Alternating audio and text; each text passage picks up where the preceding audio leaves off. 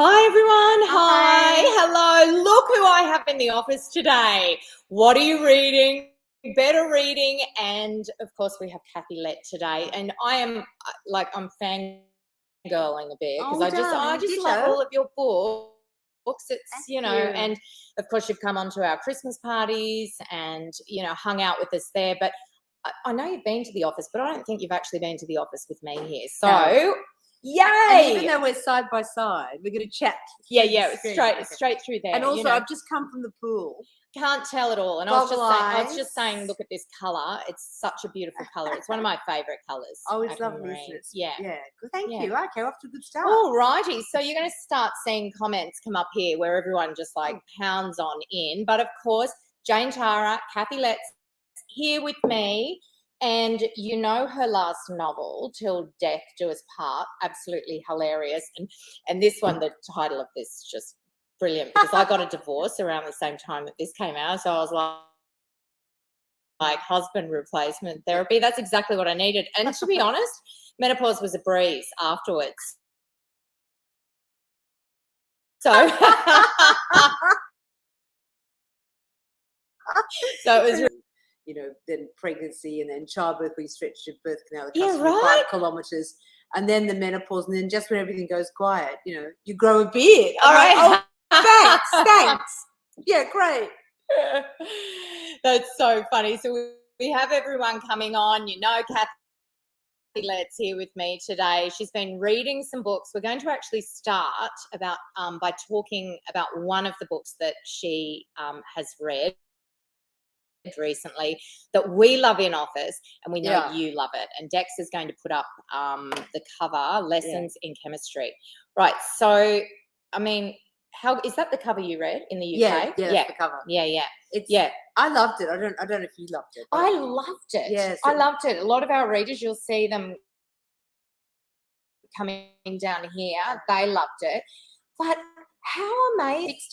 60-something. I think she was a copywriter. I mean, she was involved in words, but it's not uncommon for women. Yes, to start writing in their 60s because their kids have grown up. Yeah, You're no longer tethered to the kitchen by your heart and your apron strings. Yes. And you suddenly have some time. That's why I'm totally pro-menopause, because on the other side of menopause, I think, is the best time of a woman's life. Hello, I'm empty nester. Yeah, and it's great. just just recently. So, there's a lot to look forward to. There is. The novel I'm writing now is all about that. It's called Dancing on the Ceiling Till It Cracks. About women in their 50s and 60s just, having a brilliant second act, just going forth and being fabulous. So when is that out?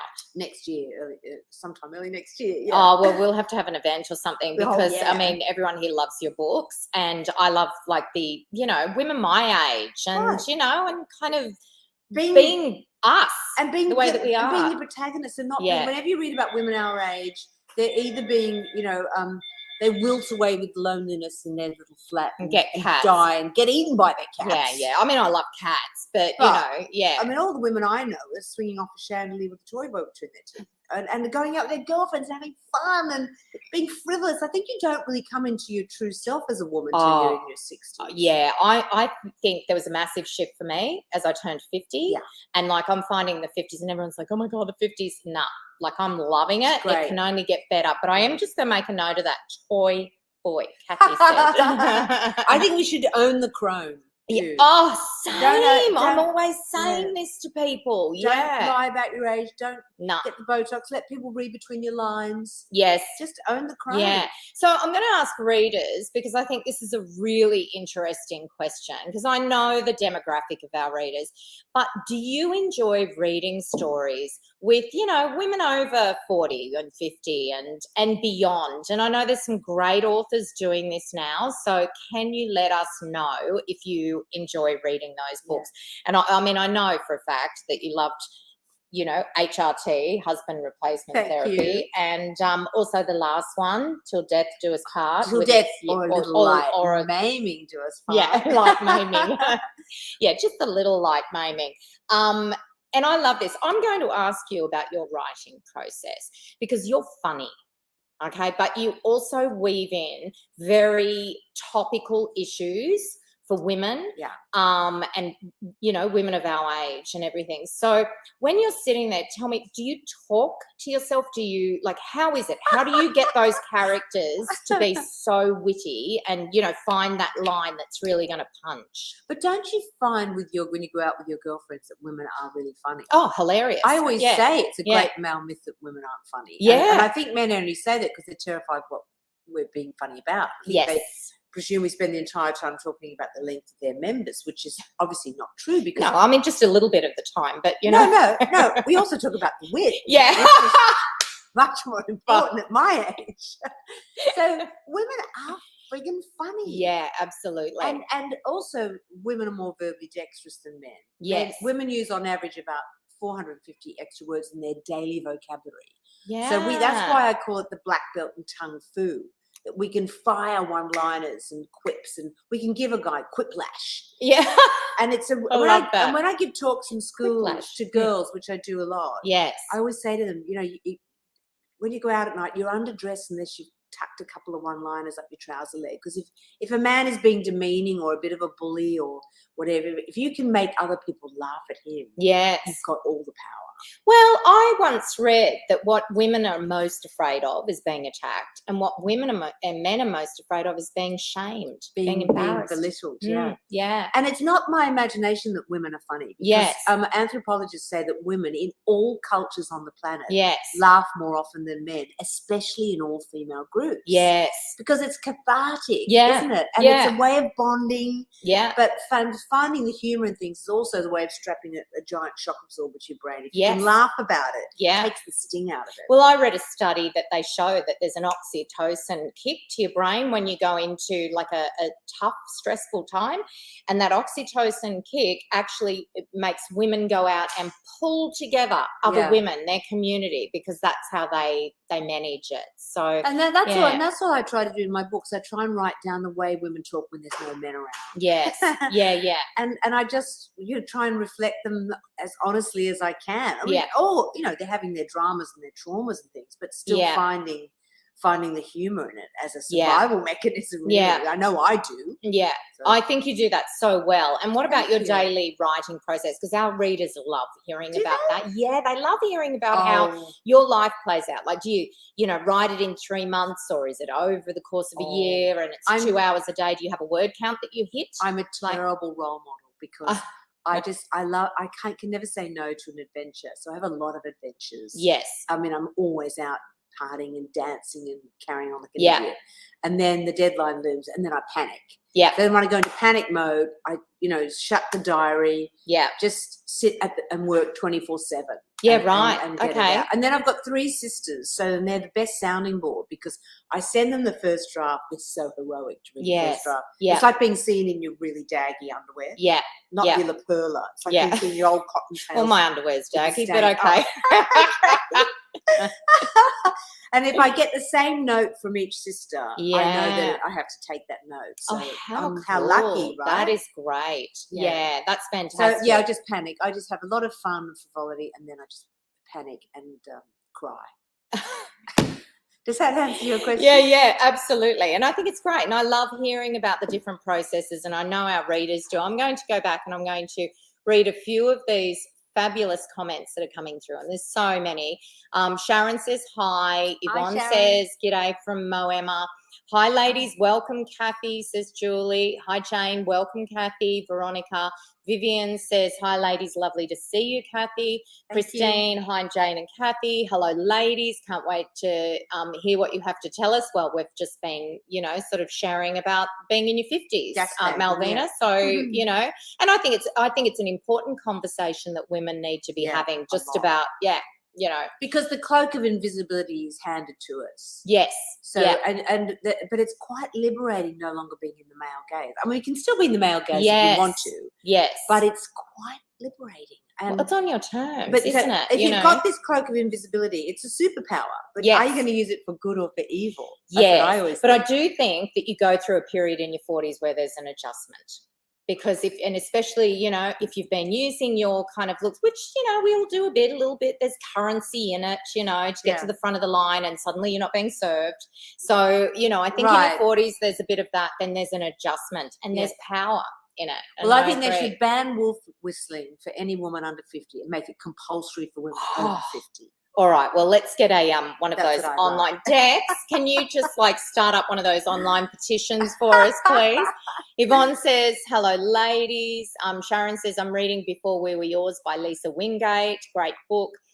Caroline, "Hello, ladies." There are just so many hello, ladies. I'm going to go through these. Beautiful to see you all, and I always love reading these comments, as you know. Gianna says, "Reading madly, deeply the Alan Rickman diaries." Oh, yes, I'm in that. Are you? Yeah, I think I'm quite a few times in that. Yeah, I'd say you knew him. He was a very dear friend of mine. The most beautiful man I've ever met. That's what everyone says about him, actually. Yeah. Charming and loved female company, but not in a predatory way. Most of his friends were female. And when he died, we all went round to his house to see Rima, his widow. So she was giving us things of his to keep. And also he asked all his friends, and there wasn't one man. It was all great girls. Yeah, right. And there's not many men like that. No, I agree. He was very emotional, high emotional. He had an EQ. Yes. Yeah, I've heard that from a few people. So sexy. Oh my God. It was edible. Yeah, I had an edible complex when I was around him. So that is a great story to have to go with your book, Gianna. I think that's beautiful, actually. Shannon says she's rereading Peter Pan. Wow. Nice. I like that a lot. My son, when he was little and we lived in New York, every Halloween was Peter Pan, and everyone else was Buzz Lightyear or whatever. But it was, I feel like Peter a female Pan. Peter Pan, because I just refuse to grow up. Well, and get serious. Yeah. No. Yeah. So my autistic son always calls me the female Peter Pan. Oh, that's cool. He bought me a little green outfit, which is not that attractive. Well, you can send us a photo of that later and we'll pop it up on our platform. Yeah. Loved Lessons in Chemistry. I'm reading The House of Now and Then by Jo Dixon. That's Veronica. Natalie says, "Hi, ladies. Just finished The House of Pines by Anna Reyes and about to start The Girl in the Castle by James Patterson. He churns them out." Dex has put in our review of Lessons in Chemistry there, and we actually did a podcast with Bonnie and just recently reshared that, and that was just prior to all of the. I mean, it's word of mouth with that book. Well, what I love about that book is that all my books are feminist but funny. Yes, because I always think if you can dip your message in sugar, and have people laughing, you can disarm with charm. Yes, and especially if a bloke's reading it. You're passing on the message of feminism, but in a kind of palatable way. I think that book does that too, because the character, if you haven't read it, it's set in the 60s. She's a chemist, and the world, it's such a horrible patriarchal environment. She's so belittled and demeaned the whole time. She ends up using her chemistry skills as a TV chef. But while she's cooking these fantastic meals, she's also educating the women of America and telling them to rise up like a souffle. Yeah. And, and get out of the kitchen. Go out and stand on your own two stilettos. And it's so entertaining and it's so powerful. It's that kind of merging of, and everything that women delight in reading, and I cannot wait to see what they do with it on the screen, because I believe that they've sold the rights to it. And I hear that there are some more rights being sold. Do you want to tell us about that? Oh, just to drop my own name. It's quite an art form. We've just finished the script of this one, HRT, and I wrote it with my friend Keith Thompson, who wrote Mrs. Harris Goes to Paris, the movie, and Sapphires, lots of other stuff. He's a really good writer. Yeah. So he's good at the structural stuff, where I'm better at putting in the jokes and the fun bits. Yeah. Yeah. And then this one, we've just sold the rights to that as well, and we can do that it's an odd couple caper that takes two older women around the world chasing the cad who's the bigamous cad who's ripped them off. And they're very odd. The women they would never be friends in real life, you think. But of course, during this escapade, they discover strengths in each other, and there's a kind of this unlikely friendship forms. It was great fun to write. That is really good. I can see that one as a series, actually. Feminist romp. Now, speaking of series, I thought I had I thought, oh, here it is. Age of Vice. Everyone's raving about Oh, this one. really? It's like The Godfather, but set in Delhi, and it's about a Wow. young boy whose family is killed, and he is working for this other family that just gets richer and richer, and it is amazing. Oh, I've read the reviews. I know exactly what you're talking about. Amazing. We loved this one in the office recently. It's three sisters, and they're sort of grappling with life responsibilities, and that's the cover. This is a proof, and our readers love knowing. Oh, I want to read that. Is, I want to read that. And look at that cover, isn't it? Well, you can Sorry, take that. sorry. Yeah, you can. You take that one. That's good. I'll just. Because I've got three yeah. sisters, so I know. it's I right know. up my You'll boulevard. like that one. Yeah. This one is all very witchy. 3 women across 5 centuries. You want that one as well? Interesting. And yeah, so this is, and a lot of people are talking about Wayward at the moment. We have a podcast that will be released on Monday for that one. Jojo Moyes. I know Jo. Yes, Yeah, I was she's going to say, lovely. do you know her? Yeah. I mean, our readers love her, and Yeah. she's great. And these have been turned into, her books have been turned into wonderful films as well. Yeah. You know, And I love Yeah. Jojo because we were always on the book trail together in Britain. right? And she wasn't quite on the radar. And we all thought she was so talented. Yes, But she hadn't quite kicked into the Yeah. public consciousness. And then she had that breakthrough book. yes, yeah. And she's really lovely. This one, I think you'll like the sound of this one. So everyone knows I can be a little woo-woo, and I like, and so, launched within Better Reading, the Better Reading B books, be well, be happy, be a woo, be woo-woo. Be sexy. Yeah, be sexy, and be this toy one, boy laden. well, Be champagne note, fueled. make I think a we have a note. very different attitude to wellness. Yeah, I do that one. I've just got to. But this is The Swedish Art of Aging Well, Margareta Magnusson, and it's a great little book. And she wrote the New York Times bestseller about the Swedish art of death cleaning. And see, I'm all for this. Like, I've cleaned up houses after people have left us, and I think it's better just to kind of do a lot of the work for people beforehand and keep things really kind of minimal and organized. And so that one onto my pile. You do that actually, because it's a Listen, really convict stock. Yeah. So don't trust me. I mean, Can someone get her a bag, please? First and second fleet. I am the creme de la creme. Oh, same. I'm first and second fleet. Who are you? Oh. Yeah, Scarborough. Yeah, it came out on Scarborough. You too? Oh, look at that. Might be the same. And I bet our ancestors were guilty of one thing only: not running fast enough. Yeah, right. That's what I'm yeah. Shannon Malloy, You Made Me This Way, a very powerful, brave book that the podcast is out now for this. Listen to the conversation Cheryl has with Shannon. It is, it's really moving, and this is a very brave memoir about his experience as a child sexual assault victim, but also the impact it's had on his life. And I mean, I follow him on Insta. He's amazing. He's got a beautiful family, and he's a great journalist, and it's a great story. How brave he is to actually share that with everyone. Nikki French. Do you know them? Yeah. Yes. So they're in the office next Tuesday. Oh, great. That's all I'm going to say about this book until next week. Okay. But keep an eye out. Next Tuesday, we'll be doing a little Facebook Live with Nikki French, the two of them. I can't wait to hear how they actually. I know. Can you imagine breakfast? No. Do you think he killed her past the salt? I know. It's like, And also, they both now know so much about how to bump each other off. I know. But they'd be very pleasant to each other all of the time. So tell us about this book, Salman Rushdie's latest book. Oh, well, Salman Rushdie is a very, very dear friend of mine. I've known him since I was in my early 20s. And, of course, he's a wonderful writer. Everyone knows that. His prose is just dazzling. Yes. But he's also the most beautiful human being. Yes. He's so much fun. Yeah. He's so generous. He's so mischievous. Like, his favourite thing is to come around and play Scrabble. And your house must be so much fun. Well, I try. It's the unofficial Australian embassy too. Yeah, so right. All the Aussies are there all the time. Yeah. And the winters are so long. You have to come up with good ways of, keeping your sanity.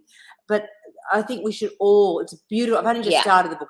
It's so stunningly written. It's like a high wire act. Yeah. And I think we should all read it and get it to number 1 on the bestseller list, because that's the best possible revenge, the best raspberry we could blow at those terrible people who wish him ill. So let's make it a big What is success. amazing to me is he's out there promoting this book. Like, you know, he could be. He's lost an eye. Yes, He I can't thought use that. I his- wasn't his sure, hand, but his yeah. left hand. He was stabbed something like, I don't know, 18 times. And the only reason he survived, by the way, is that because I know his sons were really worried that it was over.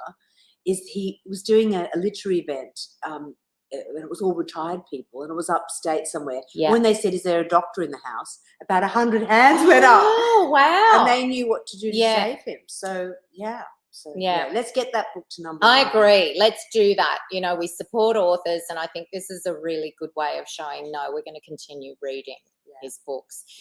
What other books were you going to mention today? There was the other book one I've just read, which I really enjoyed. It's a very fast, fun read. It's Rosie Jones and the Six, which is just about to be made into a film by Reese Witherspoon. Oh, there it is. Yeah. Yep. And it's a very interesting technique too that I'd never seen before, where it's as though a journalist is going back. It's about a famous band. Imagine that it's Fleetwood Mac. They don't say it's Fleetwood Mac, but that's the kind of closest. Yeah. So imagine that this band was also, it's another book set in the 60s, 70s. And so this is now looking back, and it's sort of someone interviewing all the band members about what happened and how in this amazing trajectory they had to fame and fortune. But it's a very good style because you see the same incident remembered from different points of view. Yeah, right. So it's a bit like a tapestry. It's a bit like a kaleidoscope, and you're watching through the narrative kaleidoscope, and then at the end it congeals into this amazing picture. It's a fast read. It's fun, and the main character, Daisy Jones, is just irresistible. Yeah, who's playing her? It's someone. She's I don't know, but her I think it might be Elvis's granddaughter. She's raised. I don't know. She's raised in the book. She's got bohemian hippie parents who kind of neglected her. She's benign neglect, and she drifts into the music. Yeah, scene. I'm pretty sure it's Riley Keno or whatever her name is, and I think she's Elvis's granddaughter. And I've seen the trailer for it and just gone, oh, this looks so good. Yeah. So, book and series coming out soon with Reese Witherspoon producing it. Let's have a look. I'm currently reading Wayward by Amelia Hart. What a brilliant read. We just talked about that. Alona is Hi, I'm reading Anxious People by Frederick Backman. I love that book. Malvina Yock, it's a great story. I don't mind how old the characters are. Not sure which one, but Malvina is one of our regulars who just reads so much anyway. Sharon, yes, I love reading books with older women. Oh, right, yes, how old the characters are, the question. Well, yeah, keep it going. I do not read romance, and I'm 80, Yvonne Simpkin. Maybe you should give one a go, Yvonne, just one, and let us know what you think of it, okay? Maybe we should choose a romance for Yvonne. Choose her a funny romance. Yes, something a bit quirky. Yes, absolutely. Or maybe Bonnie Garmus's book, Lessons in Chemistry. It's not a romance, but it's kind of women's fiction. I think, Harrier 809 by Roland White. That's Ross. Look, we've got so many comments coming through here. Cindy says, hi, Jane and Kathy. I'm currently reading The Woman Who Knew Too Little by Olivia Byrne. And that was based on the mystery murder in Australia. What was that? Somerton Man. Yes, it was a great read. Just waiting to get Mirror Man from the library by Fiona McIntosh so I can then read Dead Tide. I love your books, Kathy, and I've always had a laugh with them. Absolutely. Thank you. Alita says, I'm reading The Man Who Died Twice, Richard Osman. Have you met him? Yeah, of course. Yeah. I've done Pointless a couple of times. Yeah, right. I won Pointless. Oh, did you? I'll have you know. Oh, that's cool. I did it once with Germaine Greer and lost because Germaine, as brilliant as she is, doesn't know anything about popular culture. Yeah, right. And then I won with Kate Moss, the writer Kate Moss, not the model. Yeah. Because she's so clever too. Yeah, she's amazing. Her books are incredible. Well, Richard, we've had him on the podcast, and so anyone who's interested, you can listen to the podcast. But, oh, my God, he's gone gangbusters with those books. Yeah. Kaz is reading Someone Else's Shoes by Jojo. That's fantastic. Just read Wild Card by Simon Rowell. Great read. I think that's a debut, and it is a very good read, actually. Teresa says, don't ever grow up, Kathy. There you go. Yeah. This age Yeah, disgraceful. yeah. Oh, yeah, absolutely. Hello, Jane and Kathy. Just started Keeping Up Appearances by Trisha Stringer. Trisha always does sort of older female characters as well. Wendy says, oops, was writing a message regarding Kathy's books. Have been virtually selling her book in a group this morning. Oh, thank you so great. much. Thank you. Have got husband Archie book to read soon. Have read a few, including The Boy Who Fell to Earth. Oh, thank so you. good. That is means a lot to great. me. I only write because it's cheaper than therapy, by the way. Yeah, so, right. Yeah. Don't we all? Yeah. I know. Hello, ladies. I'm reading An Unnatural History, Jonathan Kellerman. Love it halfway through. There's the podcast link for people who want it. Lots and lots of other ones. We're going to finish off today with, just finish listening to A Pocket Full of Happiness, written and narrated by Richard E. Grant. Heartbreakingly beautiful. That's great. Cold People, Tom Rob Smith. Have you heard of him? Do you know him? No. So he's an English author. He was the first, like Child 44 was the first ever thriller shortlisted for the Booker Prize. He has made a bit of a name for himself writing films and TV in LA. This is his new book. It is so unusual. I tore through this in one night. It's about an alien race that kind of comes down. It sounds a bit sort of weird and Armageddon-like, but his writing is so good that it's full of profound questions about what it means to be human. So this alien race gives humanity 30 days to make it to Antarctica. And if not, well, you've got to read the book to find out what happens. Yeah. So there's a mass migration to the most inhumane place on Earth. Right. Then there's about 1 million humans make it there, and it jumps 20 years to where they're trying to genetically modify humans and make them ice adapted. And it sounds, because I'm not into science fiction, I'm not into all of that. I loved this. It was so unusual. It was so different. And Tom is coming into the office in May, and everyone will get to meet him. Well, some people are ice adapted already, like Anna Winter, for example. Yeah, right. Nuclear Winter. Yeah. She's like, ooh. And a lot of upper class Brits too. They don't need to go to Antarctica. See, they could just be airlifted over there, and the human race would survive. When I first moved to England, I was like, it wasn't the cold I was worried about. It was the social frostbite. Yeah. I lived in London. I was a bit like that, but I'd lived in Vienna before that, and they were worse. Oh yeah, they were. I've thawed them out. Yeah, I bet you have. I bet you have. Well, look, I've loved having you here today. Oh, we could talk all day. Yeah, we could. And we really look forward to seeing you back, like beaming in when your next book comes out, because everyone loves it, and we want to talk more about older women. And can I say to any woman who's always wanted to write a book and didn't have the courage or the chutzpah, if not now, when? Yeah. Just crack on. Yes. All you need to, if you want to be a writer, you need two things: something to say, and an original way of saying it. Yeah.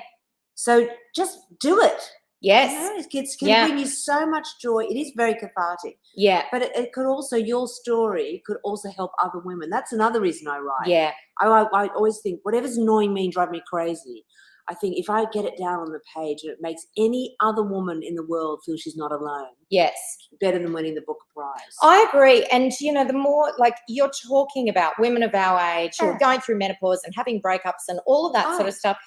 And it's entertaining as well. It does make us feel better when we're going through that. Well, that's all I aim to do. And also, women our age are interesting. Yeah. We've lived. Yeah. We've had the heartbreak and the marriages and the divorces and the kids and the jobs and we have a lot to say. Yes. In a witty, funny way. Absolutely. So, pick up that pen as soon as you get offline today and just start. Just start. And I mean, that's it, isn't it? Just start. Yeah. Just start. I love it. I love that advice. And it's the best revenge. You get to impale enemies on the end of your pen. I agree 100%. Those ex-husbands and those condescending bosses. Yep. Yes, there you are on that happy note. Love you all. See you next week. Thanks for watching. Love you to chat.